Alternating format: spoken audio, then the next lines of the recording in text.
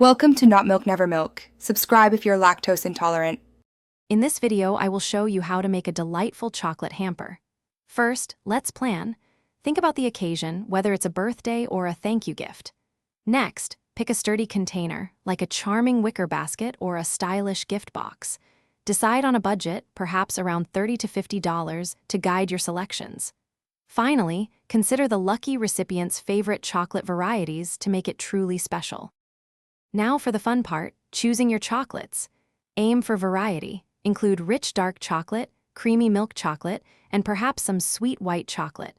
Don't forget different forms, like elegant truffles, classic bars, and maybe even a luxurious hot chocolate blend.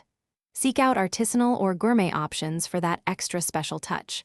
Always check the expiration dates to ensure everything is fresh and delicious. With your chocolates ready, it's time to assemble. Start by adding a generous layer of crinkle paper or tissue to the bottom of your container. This provides cushioning and volume. Place your taller items, like large chocolate bars or a hot chocolate tin, towards the back. Then, artfully arrange smaller chocolates and treats in front, filling any gaps. Gently secure everything to ensure it stays perfectly in place. To complete your wonderful chocolate hamper, let's add some finishing touches.